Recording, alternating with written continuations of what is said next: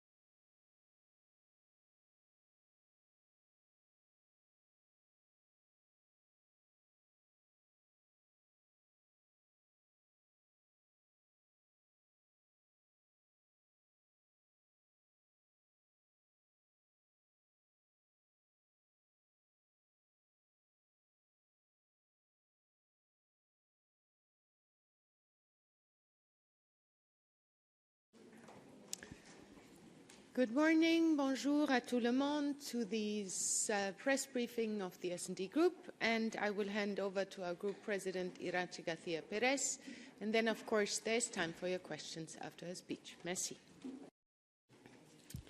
Buenos días a todos y a todas. Well, good morning to each and every one of you. First of all, I should like to thank you for attending this regular encounter press conference by the S&D Group for us to run through the agenda for this plenary session. Now, all kinds of topical issues on the agenda. We are going to be talking about a number of issues which have also been subjects for discussion in our political group and in which we have shown leadership in recent years in the European Union.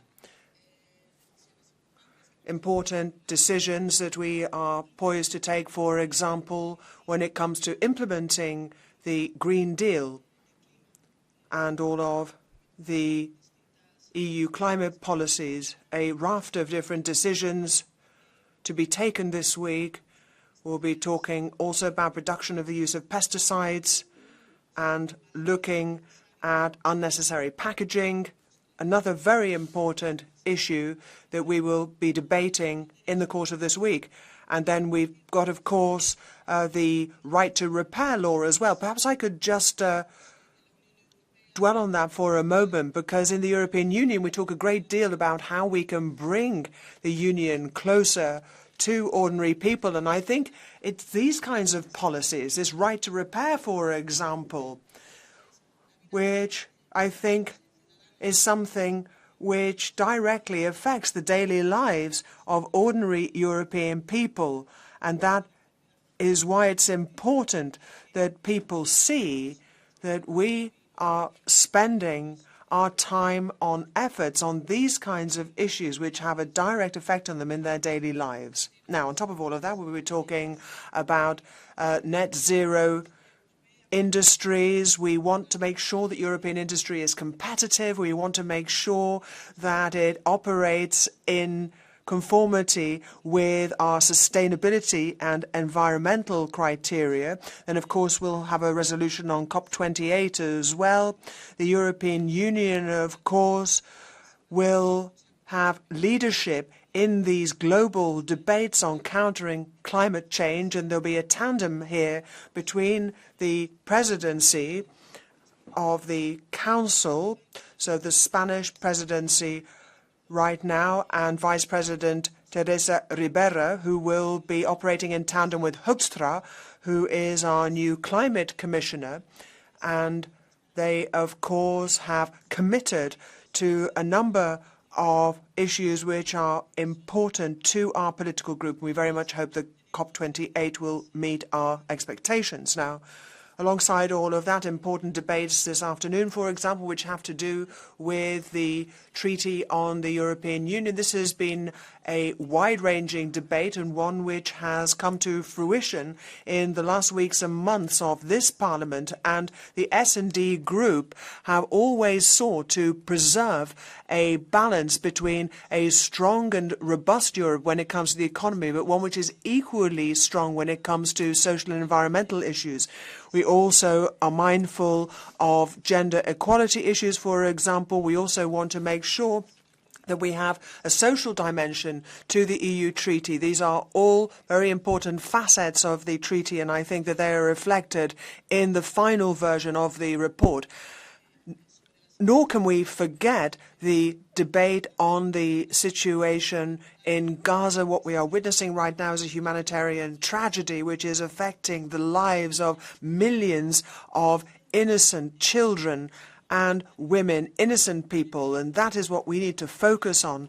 And in doing so, we need to reiterate the added value of the work that is being done by the EU in our bid to seek a negotiated peace settlement. And certainly that is something that the Parliament, Commission and Council have always held will only be possible in a climate of peace and dialogue if we are to see that two-state solution. And that is something that we are pushing for right now. And you will be aware, I dare say, that on Thursday, Prime Minister Sanchez, as well as the Belgian Prime Minister, will be travelling to Israel and Palestine. And Josep Borrell, our High Representative, has been there in recent days. And all of the EU bodies are doing everything in their power to try and find a solution to put an end to this humanitarian tragedy which is costing so many innocent lives, which is a real tragedy. Now, in closing, I would like, if I may, to make reference to a very good piece of news for this political group, but I think it is also very good news for the European Union as a whole, and that is that following months of protracted negotiations, Spain will have a progressive government, a government which will be able to make headway in dealing with all the challenges it faces on the economic and environmental fronts, a government which will be able to tackle those crucial challenges and also be able to take the lead when it comes to defending and championing European values, a government which will be working for dialogue as well as coexistence in our country. This is great news for Spain, but above all, it is terrific news for the European Union as a whole. Now, when we held those general elections in Spain, we said that there was an alternative to the kinds of right-wing coalitions which are a threat to European cohesion.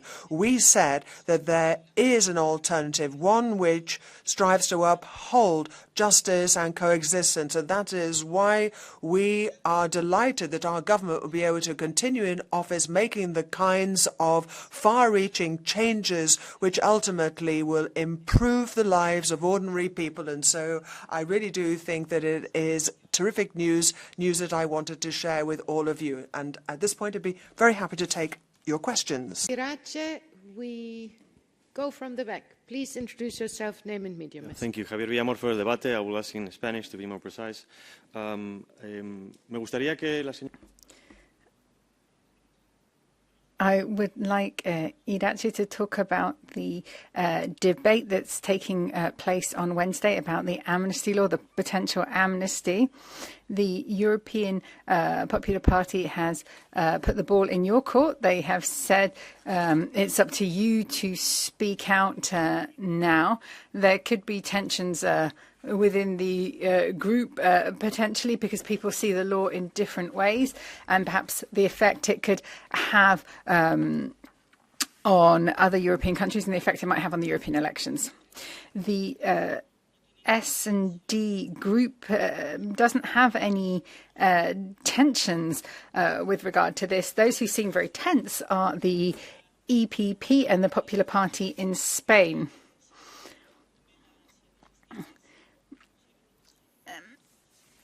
Now, sometimes things can be digested more quickly or more slowly, and I think this is what is happening to the Popular Party. They're not really able to process the electoral results from July, when a majority of Spaniards said they wanted a progressive government, one that wanted to focus on dialogue. and one that wanted to end the progress of the extreme right. I think what is key in democracies is to accept electoral results. I understand some people are somewhat stressed by this. Some people have accepted that they didn't win in Spain, but some are trying to win here now. The S&D group very much believes in the negotiating work that was done. Let me just draw attention to one thing. The investiture of Pedro Sanchez was supported by 8 of the 11 political forces in Spain, so 8 different political groups signed up to this agreement. And within this investiture agreement, there is a proposal for an amnesty law that will be debated where it should be debated, which is in the Spanish Parliament.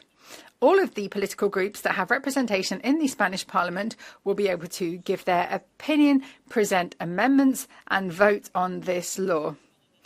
Spain is a country based on the rule of law. It has clear powers, and it will be determined if there is any problems with this law. Let me just emphasize one point I have mentioned before. This amnesty law is a law which 100% respects the constitution of our country. There is no threat to the rule of law in Spain. We want to make progress in resolving conflicts and problems that have been generated by others. Catalonia and Spain from 2017 are very different from Spain today in 2023. I think shortly things will be improved in terms of coexistence. We have no issue when it comes to having a debate. We have no issue with the truth. We have a problem with the way that the Popular Party is using this debate. Their only objective is attacking progressive governments, and in this case, attacking the progressive government in Spain. I know that the electoral result is not one they wanted, but in a democracy, you accept electoral results. And in a democracy, you also speak out against the attacks that are being committed by the ultra-extremist movements, attacking the headquarters of the Socialist Party, for example, attacking members of the Socialist Party. And I am sure, I have no doubt, in the press conference, Mr. Weber spoke out against the attacks of those in the Socialist Party. Because if he did not condemn those extreme movements, Nazi movements, then you become an accomplice of those committing those attacks. Thank you. Anna, please. Thank you. Just to continue, because I couldn't completely understand from what you said, because Mr. Weber criticized you because they don't doubt the result of the election, but they had some legitimate concerns. They wanted to debate in a transparent way. So why you refused this public debate? Because as we see now, you have a very strong position. And my original question was about Gaza, because a two-state solution and peace process need a partner to negotiate. And who will now represent people of Gaza? Because Hamas is a terrorist organization, and unfortunately still 66% of Gaza citizens support them. En primer lugar, al pueblo palestino. Well, first of all, the Palestinian people will have to decide who in the Palestinian Authority should represent them. They, of course, are the partner working with the European Union to try and reach a peace agreement. And, of course, they will remain involved in those negotiations. Now, as to the debate,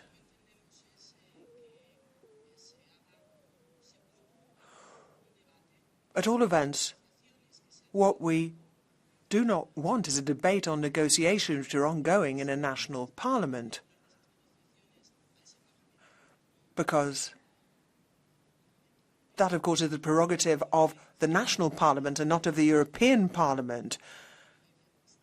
And the fact that part of the amnesty law allegedly is a threat to the rule of law.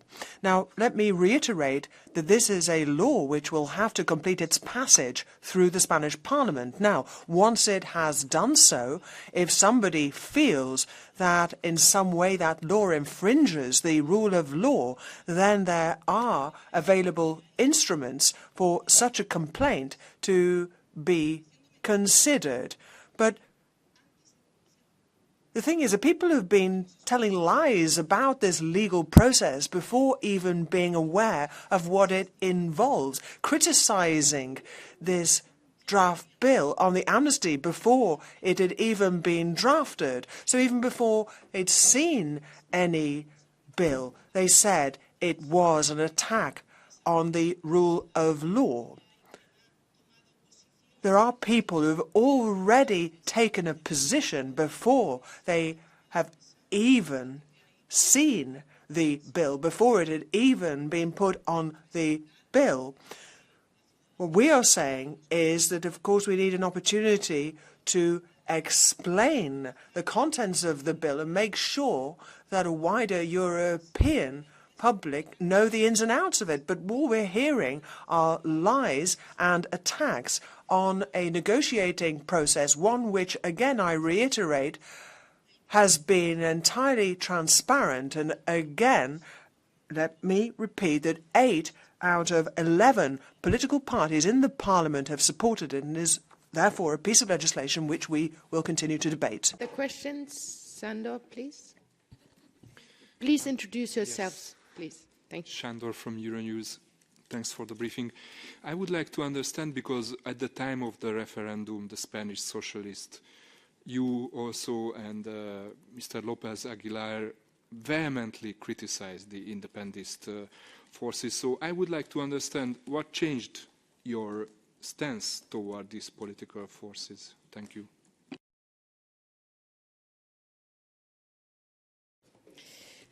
Por supuesto, criticamos.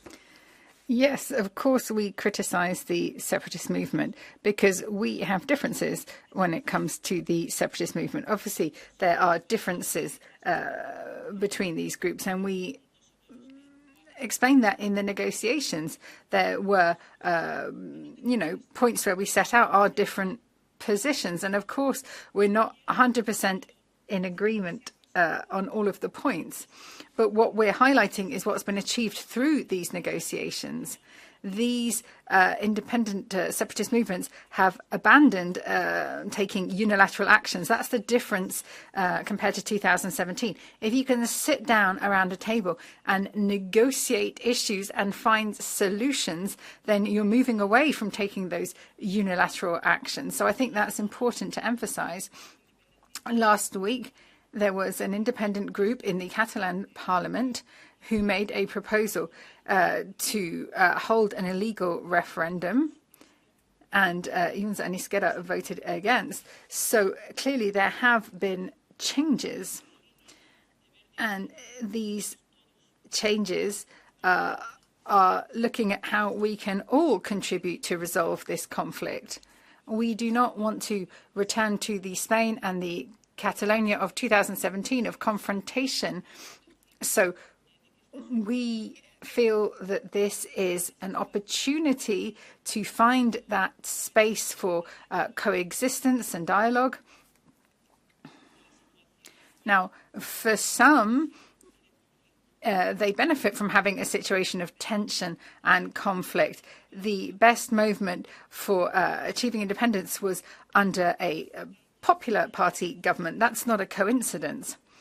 The socialist government will never say no to the possibility of resolving conflict, of finding spaces for agreement and for achieving coexistence and agreement. Thank you. Thank you. Yes, please.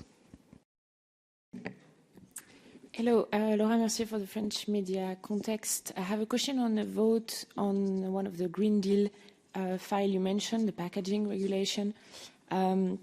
It's a file on which your group has been strongly divided during the whole process. There are clearly two lines between the shadow rapporteur in Envy, Delara Burkhardt, and the rapporteur in the ITRE committee, Patrizia Toia.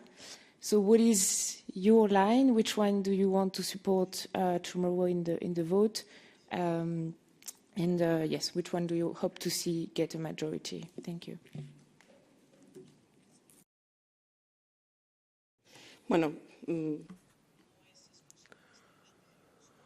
Well, not only in this debate, I mean, there are others as well, in which there are all kinds of different sensitivities, all kinds of national differences. But what we always try to do is strike some kind of a deal, try and find a happy medium, the middle way, and that is the position that the Socialist Group as a whole will be defending. I look to the other side. Are there any questions? Yes, please. Hello, I'm Bibiana Pena from the Norwegian News Agency.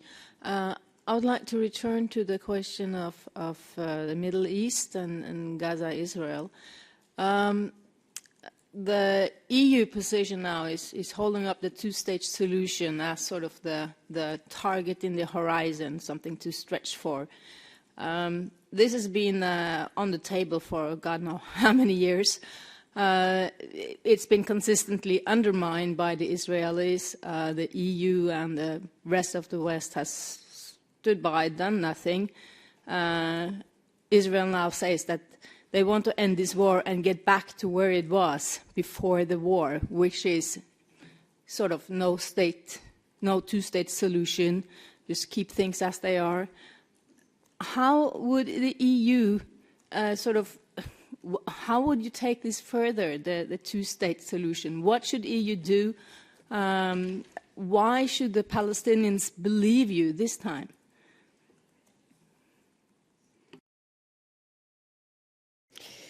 comparto.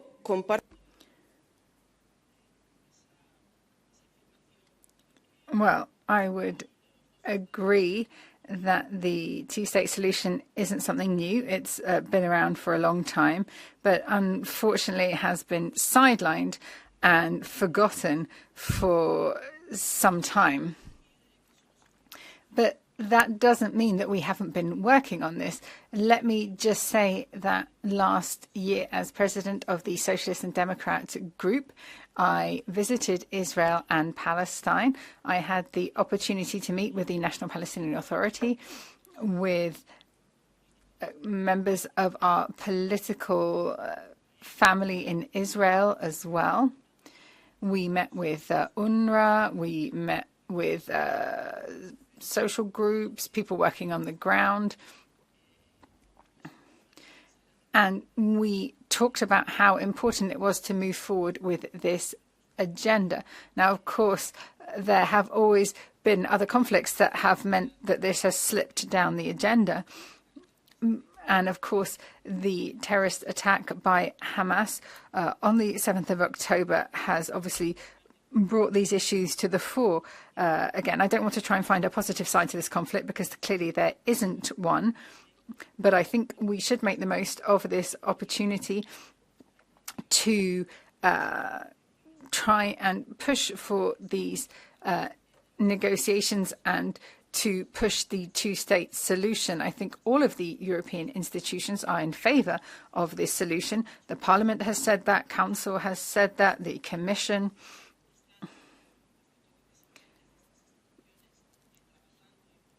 I think the representatives of these institutions are working hard, not just between Israel and Palestine, but with the neighbouring countries as well. And let me also say, from the current holder of the EU presidency, Pedro Sanchez, there is a call in the Council conclusions for a peace conference to try and make progress on this particular issue. I think we have a very big responsibility, and I see that efforts are being made.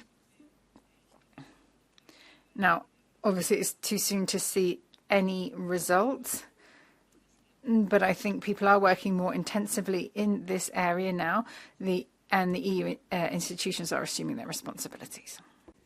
If there are no further questions, then I would like to thank Iratxe, like to thank you for your questions. Have a good week.